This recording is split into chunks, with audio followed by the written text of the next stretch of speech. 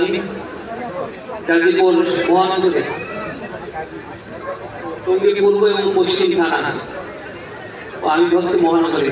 তো আলহামদুলিল্লাহ বিশাল কর্মী সমাবেশ, উপস্থিত সম্মানিত অতিথিবৃন্দ, প্রিয় ডেলিগেট ভাই বোনেরা, আসসালামু আলাইকুম রহমতুল্লাহ। আল্লাহ রাব্বুল আলামিনের শুকরিয়া, আপনাদের সাথে দেখা হলো। এখানে পাশে একটা প্রোগ্রামে আসছিলাম, এই সময় আপনাদের এই প্রোগ্রামের কথা জানতে পারছে এবং জোর করে নিয়ে আসছে আর কি।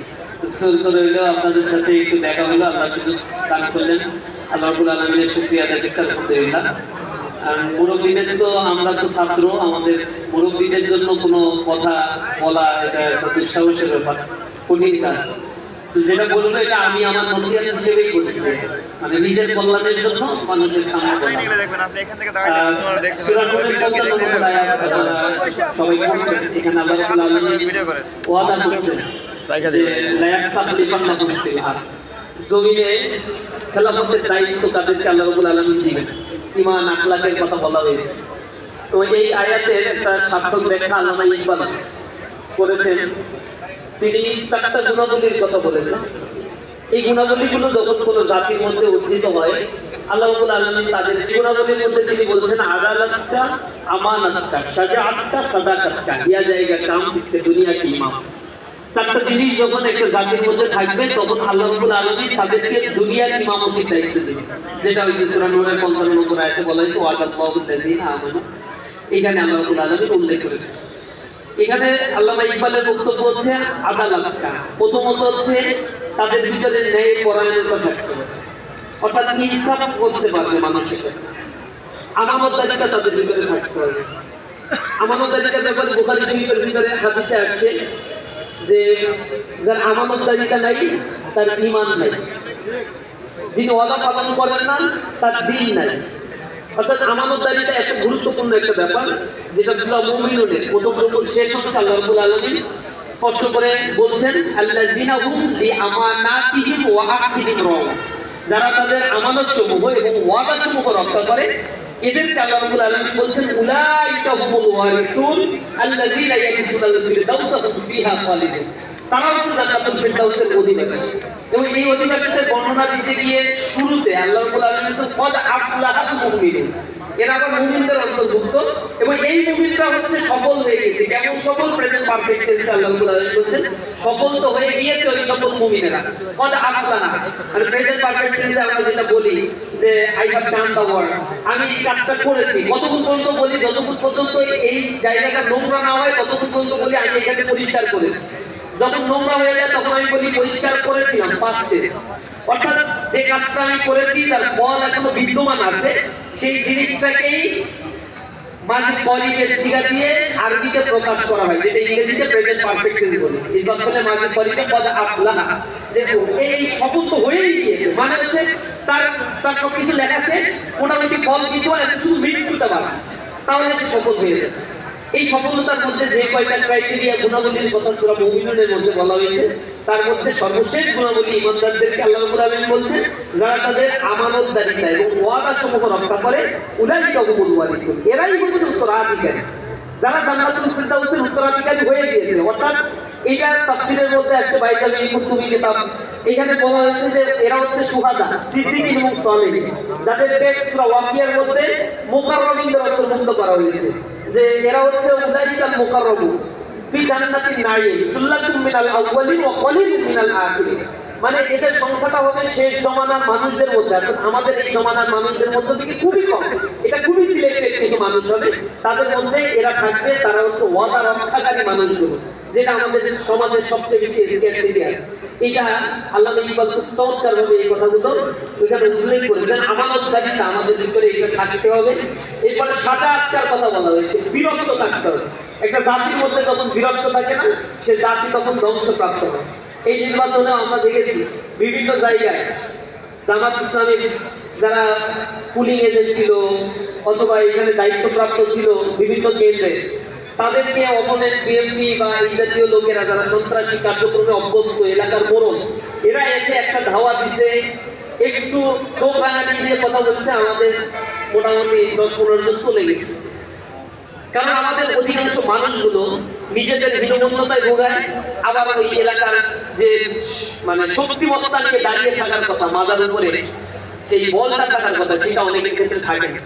বিরক্ত একটা জাতির মধ্যে না থাকলে সেই জাতিকে আল্লাহ রাব্বুল আলামিন খেলাফতের উত্তরাধিকারী করেন। এটা আপনারা পৃথিবীর ইতিহাস দেখবেন, উমাইয়াদের খেলাফত, আব্বাসীয়দের খেলাফত, মামলুক, সেলজুক, আইয়ুবী, ফাতেমি বা যেই বংশের উত্থান হয়েছে, সেই বংশের উত্থান হয়েছে বিজয়ের মধ্য দিয়ে, বীরত্বের মধ্য দিয়ে। আর যে বংশের পতন হয়েছে, সেই বংশের পতন হয়েছে যখন তাদের মধ্যে এই বীরত্বটা চলে গিয়েছে, ইতিহাস সমন্ত করতে করতে যে জাতির জীবন শেষ হয়ে গিয়েছে। এই যে এপ্রিলের তো 1 এপ্রিল গ্রানাডা দিবস হিসেবে আমরা পালন করি। গ্রানাডা দিবসের ইতিহাসটা কি, আন্দালুসিয়ার ইতিহাসটা কি ছিল? স্পেনের কর্ডোবা নগরী যখন মুসলমান দখল করেছিল, সেখানে মুসলমান গ্রানাডা তৈরি করেছিল কর্ডোবার মধ্যে, সেখানে ইউনিভার্সিটি তৈরি করেছিল গ্রানাডায়, কর্ডোবা ইউনিভার্সিটি। জ্ঞান, বিজ্ঞান, শিল্প, ইতিহাস, দর্শন, সাহিত্য, কলার এক মনোবদ্ধ একটা মেলবন্ধন তৈরি করেছিল। এই গ্রানাডা যিনি দখল করেছিলেন, তিনি ছিলেন 17 বছরের একজন কিশোর, যাকে এখানে এই অভিযানের দায়িত্ব দেওয়া হয়েছিল, এবং তিনি নিজে বলেছিলেন এই অভিযানের জন্য আমি ফিট। রাতের অন্ধকারে আল্লাহর কাছে শুধু সাহায্য চেয়েছেন, আল্লাহ তুমি সহযোগিতা করো, শারীরিকভাবে আমরা যে অবস্থায় আছি আমরা যুদ্ধের জন্য প্রস্তুত। এবং সেই আত্মমনোবল তাদের মধ্যে ছিল। এই বীরত্ব যতদূর পর্যন্ত একটা জাতির মধ্যে থাকে, আল্লাহ রাব্বুল আলামিন তাদেরকে নেতৃত্বের জন্য সিলেক্ট করেন।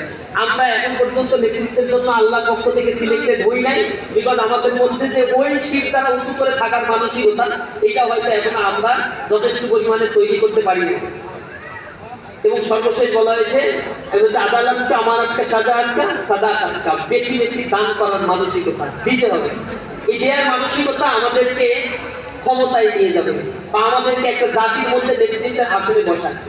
যেটা কোরআন শরীফে আল্লাহ রাব্বুল আলামিন বলেছেন, ওয়ালা তামনুন তাস্তাকসিরু ওয়ালি রাব্বিকা ফাসবির। বেশি পাওয়ার আশায় কোনো কিছু করবে না, তোমার রবের জন্য তুমি ধৈর্য ধারণ করো। অর্থাৎ তুমি যে কাজগুলো করো, এগুলো করতে হবে শুধুমাত্র নিরেট এবং নির্বাচন ভাবে আল্লাহ রাব্বুল আলামিনের সন্তুষ্টির জন্য। যখন কোনো মানুষ আল্লাহর সন্তুষ্টির জন্য কোনো কাজ করে, আল্লাহ রাব্বুল আলামিন তার এই কাজের প্রতিদানগুলো প্রদান করেন। আর যদি দুনিয়ার কোনো জিনিস পাওয়ার জন্য সে করে, ওমা ইউতি সাওয়াবা দুনিয়া নুতিহি, দুনিয়ার কল্যাণ যে চায় আল্লাহ রাব্বুল আলামিন তাকে দুনিয়ার কল্যাণ দেন, আখিরাতের কল্যাণ যে চায় তাকে আখিরাতের কল্যাণ দেন। আল্লাহ এখানে বলছে ওয়াসানাজিস শাকিরিন, যারা কৃতজ্ঞতা গুজারীদের অন্তর্ভুক্ত, অর্থাৎ যা আল্লাহ তাদেরকে দিয়েছে এর উপরে যদি সে ইস্তেকামত থাকে, আল্লাহ এই সকল গুজারীদেরকে আরো বেশি বৃদ্ধি করে দেন। এবং আল্লাহ রাব্বুল আলামিন এটা কোরআন শরীফে এইভাবেই বলছেন, যারা শুকরগুজারি হয় আমি তাদের পরিমাণটা আরো বেশি বৃদ্ধি করে দেব। কিন্তু আমাদের ভিতরে একটা খাইসিয়াত, একটা প্রবলেম হচ্ছে, আমরা লোক দেখানোর জন্য যেমন কাজ করি, আমরা কোনো কিছু করার ক্ষেত্রে রিকগনিশন পাওয়ার আশাই করি, রিকগনিশন না পেলে আমি সেই কাজ থেকে বিরত থাকার জন্য চেষ্টা করি, অথবা আমার ভিতরে হীনমন্যতা কাজ করে। এটা অনুরোধ থাকবে, একটা জাতি তখনই পাল্টায় যখন সেই জাতি ত্যাগের মহিমায় উদ্ভাসিত। ওমর রাদিয়াল্লাহু তাআলা, আবু বকর রাদিয়াল্লাহু তাআলা 40,000 দিরহামের মালিক ছিল। এই মানুষটা সব উজাড় করে দেওয়ার পরে তার বন্ধু যখন তাকে অফার করছে, সবই তো দিয়ে দিলাম, আসো নতুন করে ব্যবসা শুরু করি, তোমাকে তো এই ধর্ম দেবীয়া বানাই দিয়েছে। তখন সে বলছে, আমি যে ব্যবসা করছি এই ব্যবসায় অনেক বেশি লাভবান আমি হয়েছি, যা আমার আল্লাহ রাব্বুল আলামিনের কাছে জমা আছে। কিন্তু এই জিনিসগুলো সাহাবা ইসলামটা বুঝতে পেরেছিলেন কিনা, আল্লাহ রাব্বুল আলামিন তাদেরকে দুনিয়ায় সম্মানিত করেছেন, আখিরাতেও সম্মানিত করেছেন।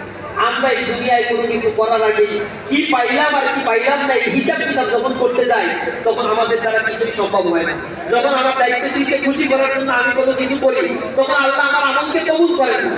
একামতে দিনের আন্দোলন তখন হয় না, তখন এটা একটা পলিটিক্যাল একটা মুভমেন্টের রূপ দান করে। যতক্ষণ পর্যন্ত এটাকে একামতে দিনের আন্দোলন, ত্যাগের আন্দোলন হিসেবে আমরা গ্রহণ করতে না পারবো, ততক্ষণ পর্যন্ত এই জাতির পরিবর্তন আমাদের পক্ষে সম্ভব না। লোক দেখানোর জন্য কোনো কাজ করলে এটা হয় রিয়া, আর রিয়া হচ্ছে শিরক। এটা আল্লাহ রাব্বুল আলামিন কবুল করেন না, বরং কিয়ামতের ময়দানে এর জন্য কঠিন প্রতিদান অপেক্ষা করছে। এক হাদিসের মধ্যে আসছে যে কিয়ামতের ময়দানে কিছু মানুষকে উপস্থাপন করা হবে। এই মানুষগুলোকে আল্লাহ রাব্বুল আলামিন তার প্রদত্ত সকল নিয়ামতের কথা স্মরণ করিয়ে দিবেন। এরপরে বলবেন, এই নিয়ামতের শুকরিয়া স্বরূপ তুমি কি আর করেছো? তখন সে বলবে, আল্লাহ আমার যত সম্পদ তুমি দিয়েছিলে সব সম্পদ তোমার জন্য দান করে দিয়েছি, এখন তোমার প্রতিশ্রুত জান্নাত আমাকে দাও। তখন আল্লাহ রাব্বুল আলামিন বলবেন যে না, দুনিয়াতে তুমি সম্পদ দান করছো, তোমাকে মানুষ দাতা বলবে, এই কারণে দুনিয়াতে তোমাকে দাতা বলা শেষ, এখন আমার কাছে তোমার জন্য কোনো বরাদ্দ নাই। তখন জাহান্নামের ফেরেশতাকে নির্দেশ দেওয়া হবে, হাদিসে আসছে, পা ধরে উপুর করে তাকে জাহান্নামে নিক্ষেপ করে দেওয়া হবে। এটা